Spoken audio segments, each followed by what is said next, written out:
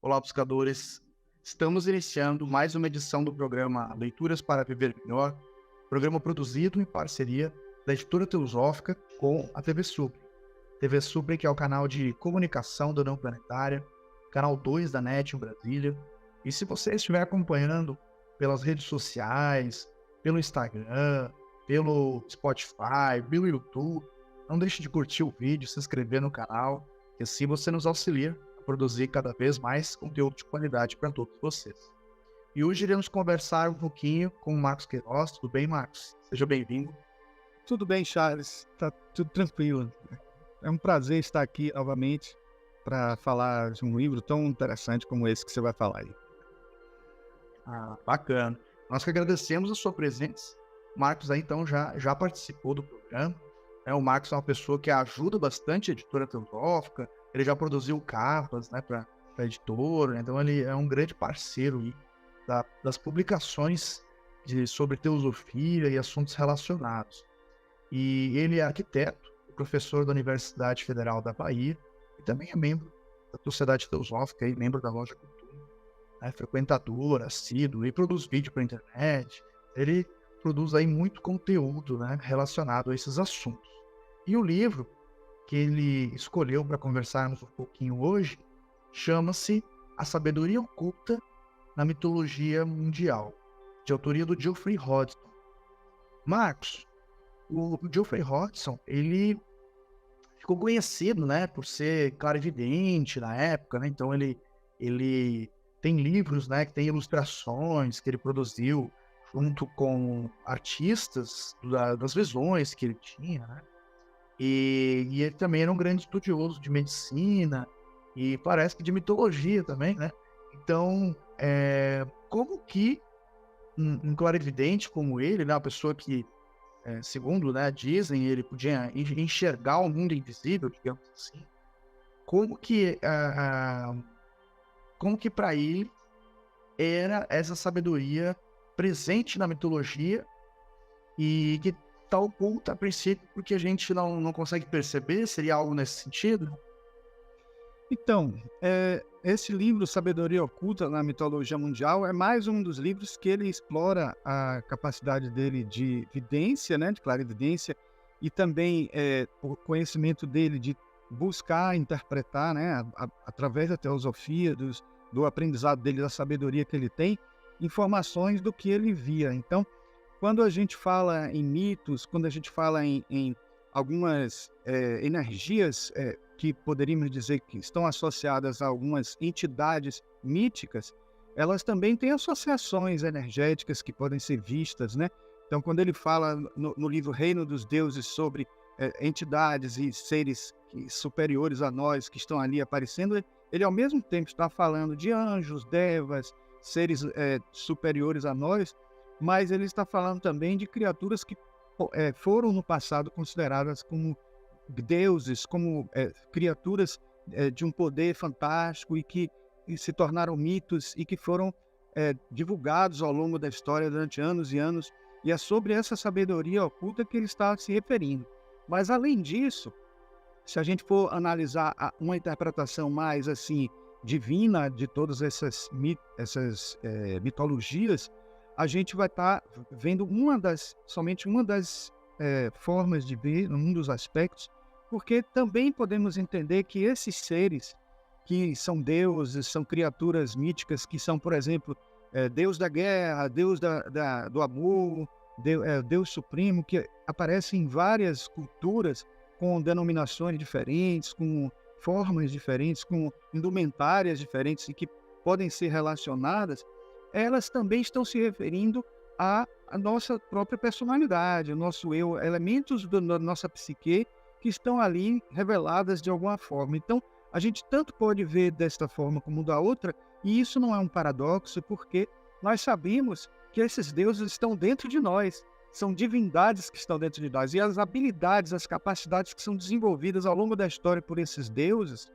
elas são as mesmas capacidades que nós estamos buscando na nossa senda evolutiva, na nossa senda de crescimento. Então, ao mesmo tempo que essa mitologia serve para um entendimento esotérico mais profundo, ela serve para um aspecto psicológico, porque a gente quando vive um certo mito, ou até como na visão do Carl Gustav Jung, né, o psiquiatra que trouxe muito a visão dos arquétipos e tentou explicar os mitos através de arquétipos, mostrando que eles estão presentes em toda a humanidade, porque são elementos primordiais, imagens primordiais, eles servem também para a nossa terapia. Porque uma pessoa que está fraca em alguma situação, com problema de saúde, ou até no seu psicológico, com alguns transtornos, ela pode viver um mito que pode superar isso, que lhe dê força, que seja a jornada de um herói que ela está, de certa forma, repetindo, porque ela conhece já lá no seu íntimo, lá no seu inconsciente coletivo, ela tem a experiência de como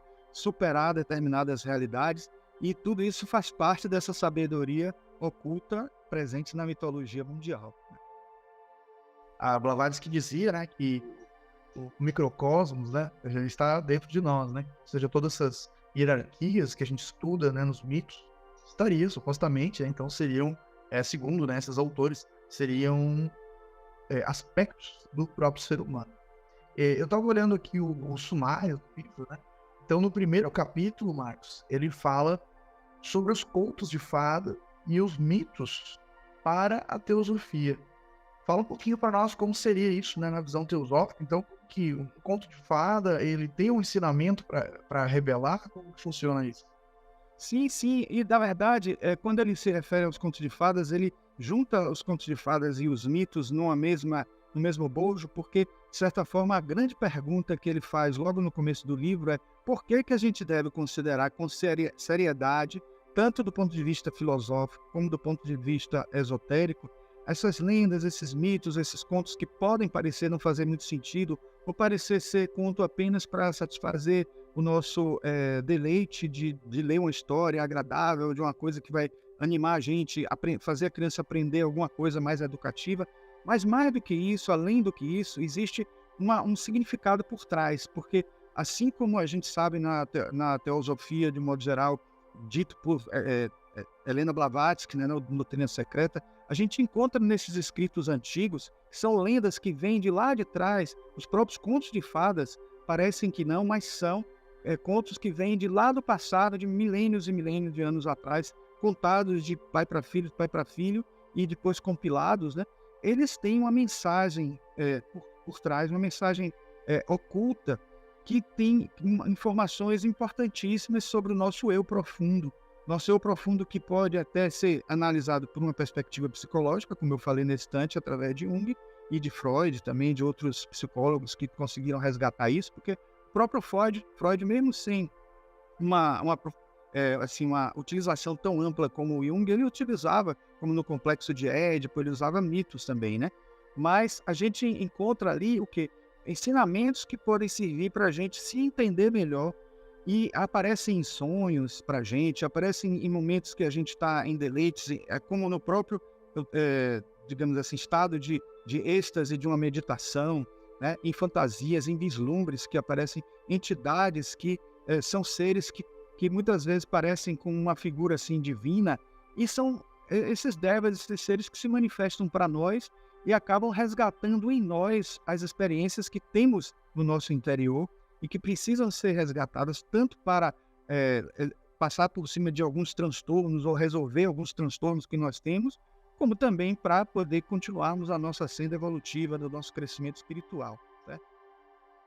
Você falou sobre, né, então, a antiguidade dos mitos, né? Então, na verdade, eles se perdem, né, na memória da história da humanidade, até porque inicialmente era uma tradição oral. Então, eles foram registrados em livros muito tempo depois, né? A gente tem ali os míticos, quase míticos, né, irmãos Grimm, ali, então, que registraram esses mitos, mas na verdade esses mitos não foram de autoria deles, né? Já eram ali populares, eles só fizeram uma compilação, né, e uma organização ali. Marcos, para finalizar aqui no primeiro bloco, o capítulo 2, né, fala da simbologia da serpente e do bastão. A gente sabe que esse é um símbolo que está presente em muita coisa, né? Então, há quem diga que a serpente, né, da sabedoria, na Bíblia já tem uma outra conotação, né? E o bastão aí, o caduceu, né, com as serpentes enroladas, já é símbolo da medicina. O que o Geoffrey Hodgson traz para nós sobre esse símbolo?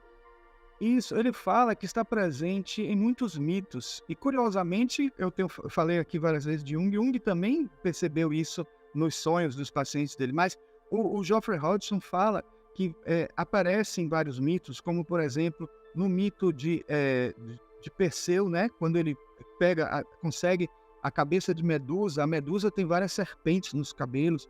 E quando você digamos assim, vislumbra o rosto da Medusa, você se petrifica. Então, você não saber cuidar bem dessa energia, que é a energia da Kundalini, como que ele traz a gente, né? Na teosofia, a gente sabe que a terminologia que se usa, né, que vem de lá da Índia, né, é a Kundalini. A gente encontra em vários outros momentos essas passagens. O próprio Caduceu, ele nada mais é do que essa representação, porque tem duas serpentes que fazem uma espiral assim, e que representa o Ida e Pingala, e uma central, que é o Sushumna, que está associado a essas nadis que nós temos no nosso corpo, na nossa anatomia esotérica, e que faz com que a gente vá despertando algumas energias sutis e que podem ajudar, né, através dos chakras, podem ajudar a gente a despertar também para esferas mais transcendentes. E isso é muito bem explicado por ele, e ele faz várias associações no livro de muitas mitologias que trazem à tona esses significados, né, da serpente. A própria serpente de Adão e Eva, porque ele também não utiliza só a mitologia grega, romana, egípcia, mas também ele fala da mitologia cristã, ele fala da mitologia hebraica, né, presente na Bíblia, se reportando até ao livro que ele escreveu sobre o cristianismo e sobre a Bíblia, aspectos sagrados, né, da cultura da Bíblia, etc. E ele também faz uma associação muito boa com essa energia, não só da Kundalini, mas as outras duas energias presentes, né, primordiais presentes na teosofia, que é o Forra, o Prana, né, no caso, e a Kundalini. E ele associa 3 princípios que estão em algumas formas de algumas mitologias que ele cita no livro. Ele fala do princípio hélio, que ele associa ao Forhat, que é aquela energia primordial e que pode ser associada à energia elétrica, mas tem vários tipos de energias elétricas associadas, não é só a que nós conhecemos.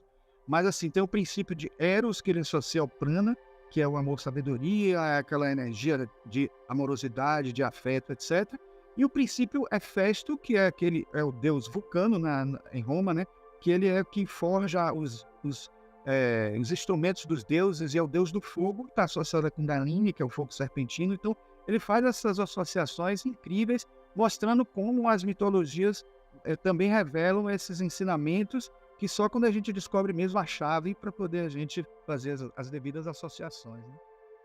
Esse é o programa Leituras para Viver Melhor. Hoje estamos conversando com o Marcos Queiroz sobre o livro A Sabedoria Oculta na Mitologia Mundial, de autoria do Geoffrey Hodgson, publicado no Brasil pela editora Teosófica. Nós vamos para um rápido intervalo e voltamos daqui a pouco. Até já.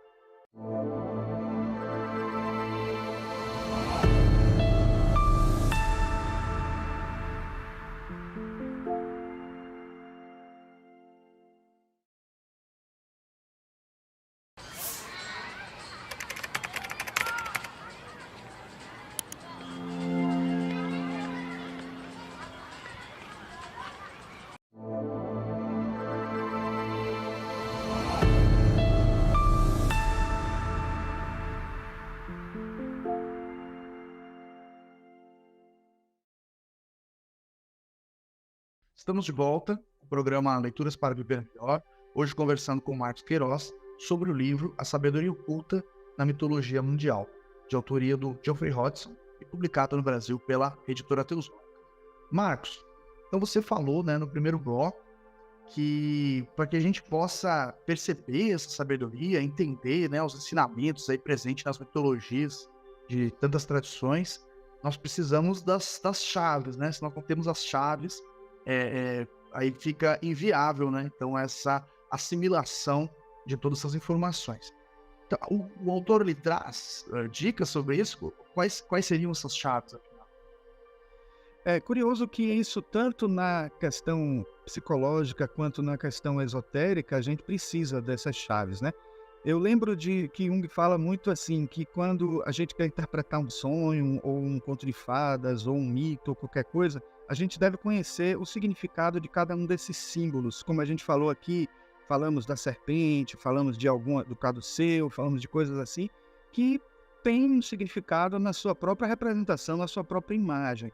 Mas ele também diz assim: depois que você aprender todos os símbolos, esqueça eles, para que você possa trazer a sua intuição para juntar essas peças todas e conseguir entender melhor. Isso vale para os sonhos, vale para interpretar até os acontecimentos que ocorrem na nossa vida, como as sincronicidades. Então, ele fala de 4 principais chaves para a interpretação e que tem a ver com isso que eu falei, porque ela não diz respeito só aos mitos, às histórias dos mitos, mas à história da nossa vida também. Porque nós vivemos uma jornada mítica também, queiramos ou não. Podemos estar escolhendo um ou outro caminho dentro dos vários mitos que revelam as várias fases iniciáticas do processo de crescimento espiritual de cada um, do processo de redenção de cada um. E o primeiro deles, a primeira chave que ele fala é assim, que tudo acontece no interior, dentro de nós. Então, se a gente pegar um mito desse, a gente precisa interpretar o que está dentro de nós naquele mito. E não só é mito, mas contos de fadas também. Às vezes a gente vê assim, uma madrasta malvada e a gente não percebe que está relacionado com algum sentimento sombrio que nós temos dentro de nós, ou algum vilão que fez alguma coisa, aprisionou algum herói e tudo mais. E isso é importante, ou quando foi roubado alguma coisa dele e tal. Então a gente tem que entender que isso está dentro de nós e está associado aos arquétipos junguianos, está associado às imagens arquetípicas também. E talvez na linguagem do Geoffrey Hodgson a gente possa dizer que está associado às divindades internas que nós temos, que precisam ser revitalizadas, despertadas, acordadas. E essas chaves vão ajudar a gente. Então a primeira delas é: tudo acontece no interior. A segunda, ele diz que pessoas personificam qualidades humanas. Então, parece que é a mesma coisa, ou parece muito próximo, mas é sutilmente diferente isso, porque isso era o que Jung chamava de dramatis personae. Quando você vai interpretar um conto, ou um mito, ou qualquer história dessa, até uma história contada por vocês mesmos, por qualquer um de nós, por quem está nos ouvindo agora, vai estar imprimindo ali alguns elementos arquetípicos da sua psique. Se quer tornar ela interessante, quer também fazer alguma coisa que vai mexer no psicológico da pessoa, então vai envolver alguns arquétipos, vai envolver algumas personagens, e essas personagens elas estão associadas ao nosso interior também, que são figuras que tradicionalmente trazem todo o seu histórico psicológico presente dentro de nós, porque são divindades, são seres, e que a gente poderia até chamar, dentro da linguagem junguiana, que são aquelas imagens arquetípicas, né, de persona, sombra, como ele passou a organizar quando ele estudou as religiões e trouxe para a gente também, dentro do que ele aprendeu no hinduísmo, no budismo, no shintoísmo, no taoísmo, e trouxe todas essas configurações de deidades que estão presentes dentro de nós, porque nós temos um fio que nos liga a todas essas entidades e faz a gente conectar com essas energias, sintonizar com essas energias. Então, por isso que eu achava importantíssimo tentar entender o que são essas personagens e como elas estão dentro de nós, o que elas fazem na nossa psique. A terceira chave seria as histórias dramatizam fases da evolução humana. E um exemplo clássico disso é a própria jornada do herói, que a gente já ouve falar muito isso, né? Que a gente encontra, Joseph Campbell traz isso, né? Naquele Herói de Mil Faces, organizando melhor o que até Jung já tinha trazido antes. Mas na visão esotérica de Geoffrey Hodgson, isso equivaleria à iniciação da senda iniciática. A pessoa que faz uma trajetória, faz um caminho, e quando começa essa trajetória, tem todo um caminhar, tem todo um processo, e muitas vezes as pessoas não sabem como que esses mitos podem servir para a gente, tanto psicologicamente como também esotericamente. E eu posso dizer a vocês que em todas as linhas de estudos, elas mostram que só o fato de você ler histórias míticas já é terapêutico. Mesmo que você não interprete dentro de uma perspectiva psicológica, mesmo que você não interprete dentro de uma perspectiva esotérica, você vai estar entrando em contato com os elementos arquetípicos que esses mitos têm, vai estar em contato com essa sintonia fina, né, na linguagem mais esotérica, das coisas que a gente traz dentro da gente, e já vão ajudar para a gente a entender experiências que a gente está vivendo, saber até que elas são passageiras, porque quando a gente entende uma jornada do herói como numa etapa não muito feliz, não muito boa em algum momento, a gente sabe que ela é temporária e que vai vir uma etapa logo em seguida, e essa etapa logo em seguida pode ser esperada sem ansiedade, porque a pessoa sabe que existe uma sequência que nos levará a uma meta, nos levará a um resultado final, e só isso já nos tranquiliza e também nos ajuda através dos caminhos que a gente encontra nos mitos de solução de problemas, e a gente, quando vivencia esses problemas, a gente acaba tendo dentro de nós já as próprias soluções, a gente só precisa meditar e buscar dentro de nós essas respostas. E por último, a quarta chave seria o simbolismo da linguagem que ele utiliza o tempo inteiro, que a gente precisa entender, porque os símbolos, eles são algo que é produzido por nosso interior, na linguagem junguiana, pelo nosso inconsciente coletivo, e esses símbolos ajudam a gente a compreender algo que nossa mente, mente inferior, mente tridimensional, não é capaz de captar, porque os símbolos, eles trazem informações do nível mais sutil e transcendente, com digamos assim, um cabedal de conteúdos que a gente assimila sem precisar nem racionalizar muito. Então, os símbolos trazem essas mensagens por um caminho mais búdico, eu diria assim, né? Na linguagem teosofista. Na linguagem do psicologia junguiana, seria mais do inconsciente coletivo ou do inconsciente pessoal, tentando trazer a mensagem, quer seja por sonho, quer seja por vislumbre, quer seja por algum caminho que nós criemos dentro de nossas fantasias, para poder chegar até o consciente, e esse consciente resolver problemas e tentar sanar situações não muito boas dentro do processo que a gente vive na Terra, na nossa existência, na nossa encarnação. Né? O Geoffrey Hodgson, no livro, fala também sobre os 12 trabalhos de Hércules, né? Você mencionou até a jornada do herói. Há quem faça a relação, né, entre os 12 passos da jornada do herói, os 12 trabalhos de Hércules, os 12 signos do zodíaco, né? Então há quem consiga fazer essa assimilação aí. E será que tudo isso está relacionado ao nosso mundo interior, Marcos?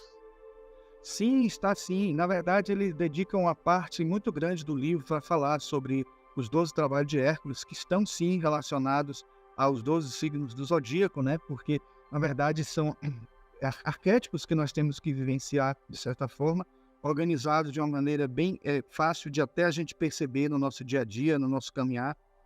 E é interessante até conhecer a história de Hércules, porque ele já começa se livrando de duas serpentes que são atacadas, ele ainda no berço, e isso também é uma associação ao fogo serpentino, de ele superar aquelas energias, ele conseguir. Ele, como foi, digamos, fruto de uma traição de Zeus, então, de certa forma, ele sofreu, né, um grande prejuízo da própria esposa de Zeus, né, que era, o próprio nome dele, Heracles, que é a glória de Hera. Então, de certa forma, tentando fazer com que ela conseguisse se superar através de tudo que ela colocou como obstáculo na vida dele. Então, como ela ficou sendo, de certa forma, atacada pela deusa, né, pela esposa de Zeus, ele teve que recorrer a vários caminhos para poder se superar. Aconteceu umas situações trágicas na vida dele que ele ficou se sentindo muito culpado, e por conta disso, para superar, ele teria que passar por esses 12 trabalhos. Então, isso é um caminho que pode ser associado muito bem até os acontecimentos que a gente encontra no cristianismo, né? Pecado original, e depois tendo que se superar através de um caminhar evolutivo que Jesus trouxe para a gente. Então, pode ser associado a isso, pode ser associado a toda a caminhada evolutiva que nós temos, que, no fim, ele, quando vence todos os 12 trabalhos, ele é transformado em estrela. Então, ele passa pela sua apoteose, como se chama, né?